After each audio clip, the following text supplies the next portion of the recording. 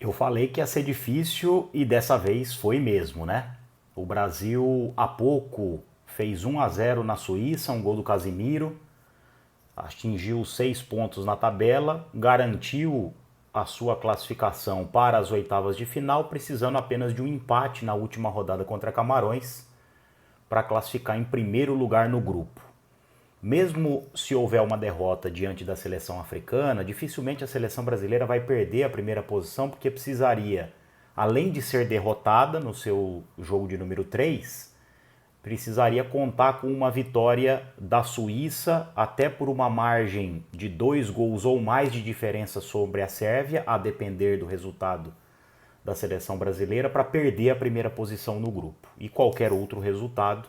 no jogo da Suíça com a Sérvia já garante ao Brasil, independentemente do seu resultado, o primeiro lugar no seu grupo, o que daria à seleção brasileira o direito de enfrentar o segundo colocado no grupo H, que deve ficar entre Coreia do Sul, muito improvável,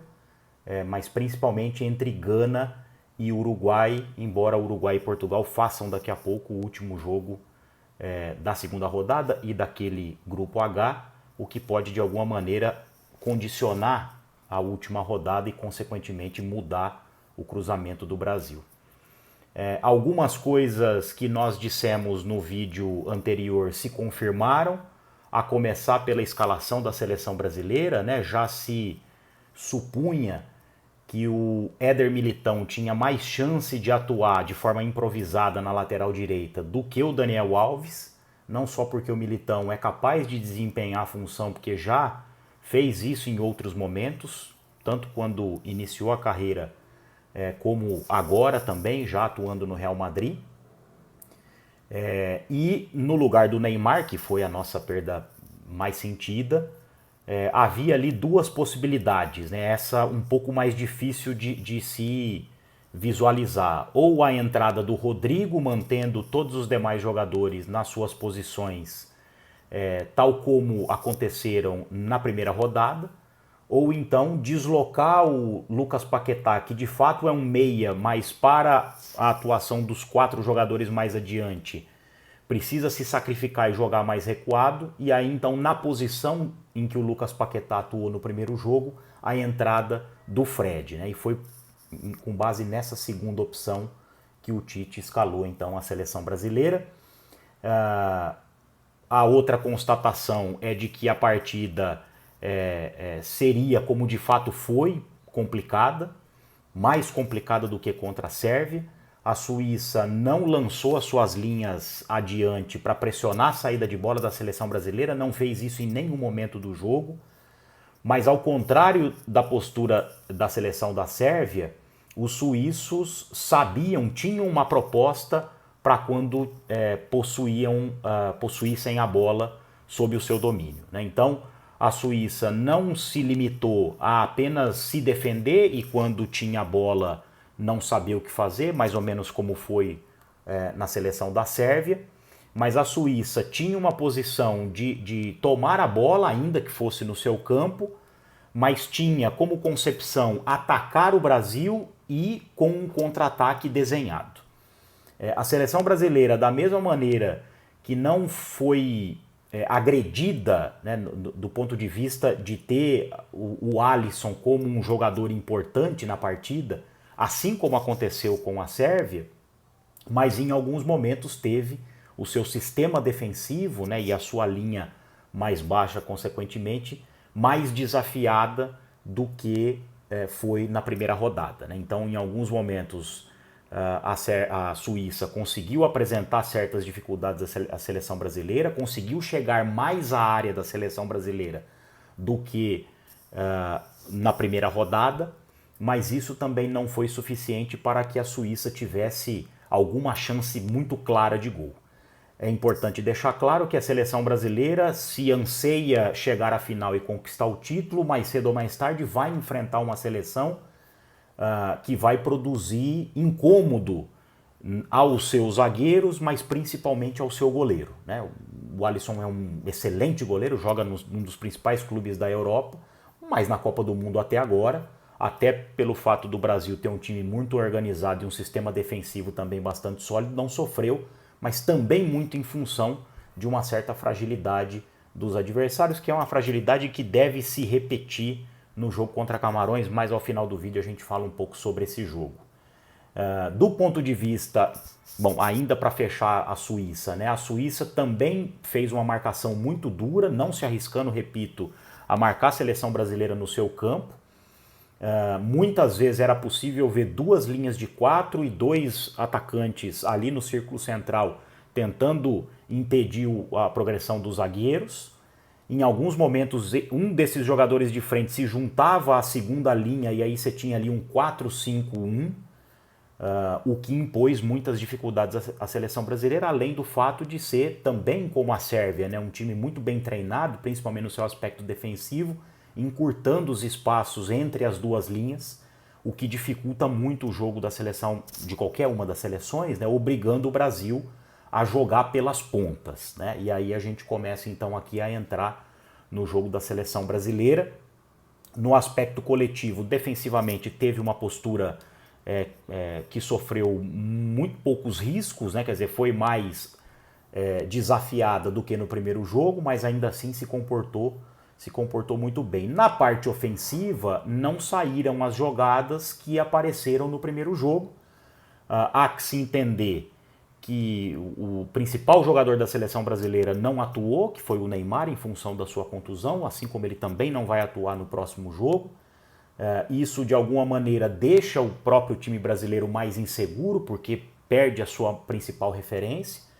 Isso fortalece o time adversário, que entra mais confortável para enfrentar um adversário que está enfraquecido, sem o seu principal jogador. E isso também explica um pouco do poderio brasileiro ter sido menos agressivo do que foi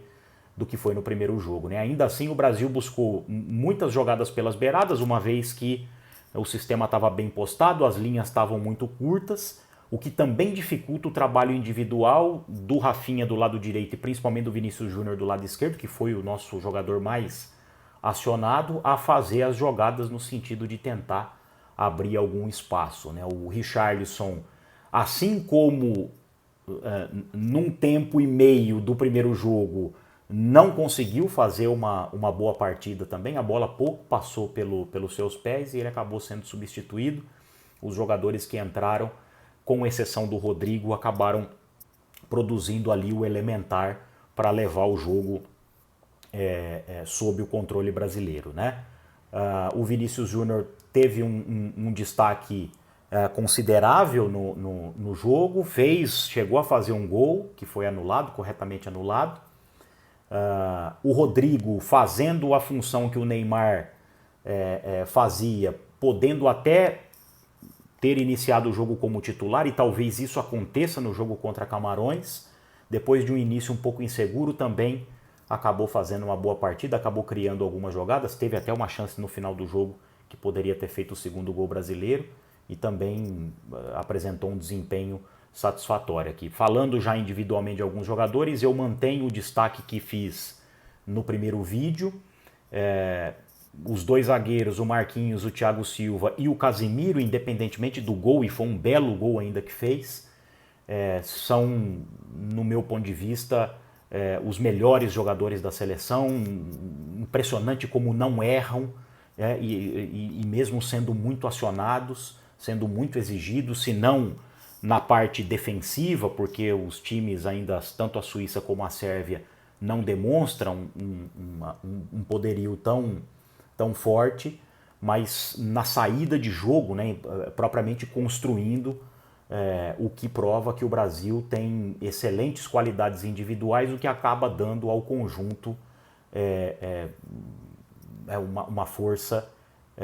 que acaba sendo respeitada pelas demais seleções, não só aquelas que vêm enfrentando propriamente a seleção brasileira, mas aquelas que ainda virão mais adiante, principalmente na fase final. O Brasil então volta a campo na próxima sexta-feira, dia 2 de dezembro, para fazer o seu último jogo na primeira fase contra a seleção de Camarões. a tendência é que seja uma partida menos truncada, menos travada do que foram as duas primeiras, até porque a seleção de Camarões tem uma proposta ofensiva mais ousada do que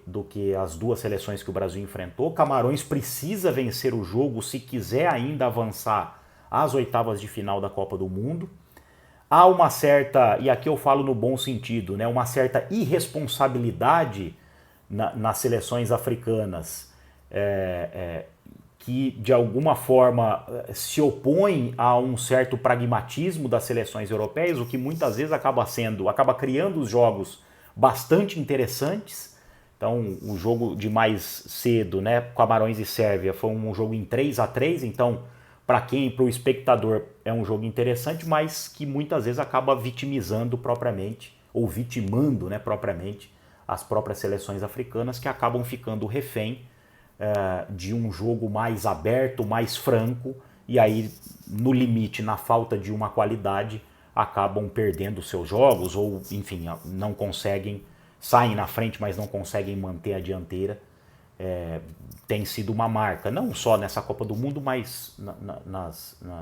nas últimas competições. É provável, bom, o que está certo é que a seleção brasileira não contará ainda com o Danilo, nem com o Neymar,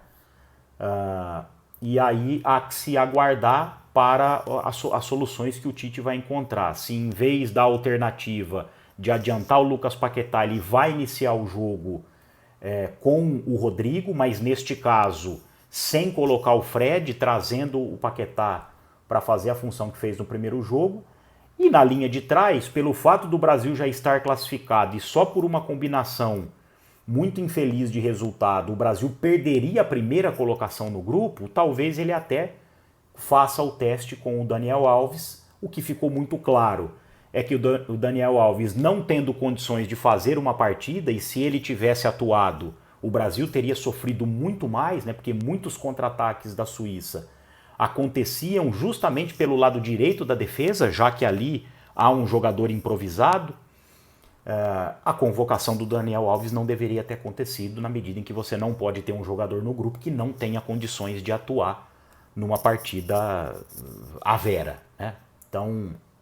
mas talvez ou de início ou no decorrer do jogo, se ele desnudar ali uma situação muito favorável à seleção brasileira, é muito provável que o Daniel Alves vá jogar. Do contrário, vai jogar só se não tiver o jogador titular de ofício e se, por uma questão de contusão ou de expulsão, o atleta improvisado, que é o Éder Militão, não puder atuar. Do contrário, com muita dificuldade, o Daniel Alves vai conseguir atuar. Na sexta-feira, então, depois do jogo da seleção brasileira, a gente volta então com mais um vídeo para analisar a última partida da seleção brasileira na primeira fase da Copa do Mundo, projetando já o confronto das oitavas de final e os chaveamentos também, porque a partir da sexta-feira que vem, quando a primeira fase se encerra, a gente não só vai saber os confrontos das oitavas de final, mas vai saber qual é o caminho que a seleção brasileira pode ter, caso vá passando, no decorrer da Copa do Mundo, até chegar à sua fase mais aguda, que é a decisão. É isso.